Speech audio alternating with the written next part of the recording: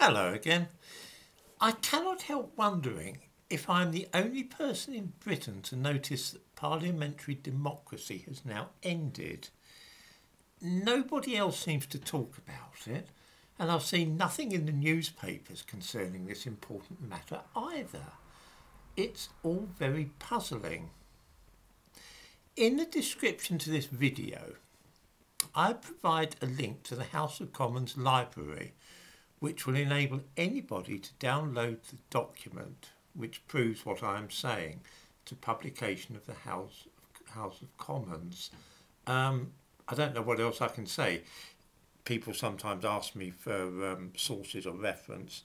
This is the official document that explains exactly how parliamentary democracy ended in Britain.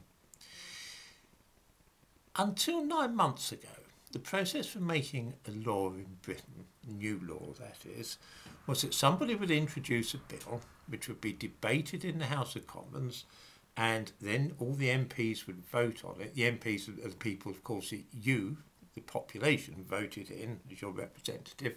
The MPs would vote on it, and if they thought it was a good idea, it would then be passed to the upper house, the House of Lords that is, and if they approved it too, then it would be taken to the Queen, who would sign it, and it would become law.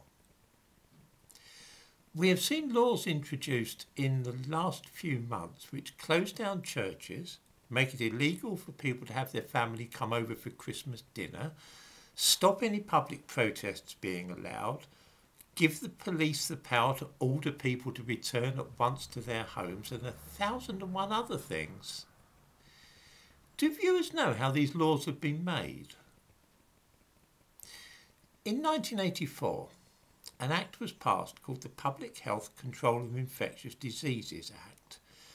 Buried deep within the small print is a section which allows for an emergency procedure, as it is called. This means that a minister alone may sign a decree which becomes law without any debate or vote in Parliament. It all depends if the government minister feels that this is necessary.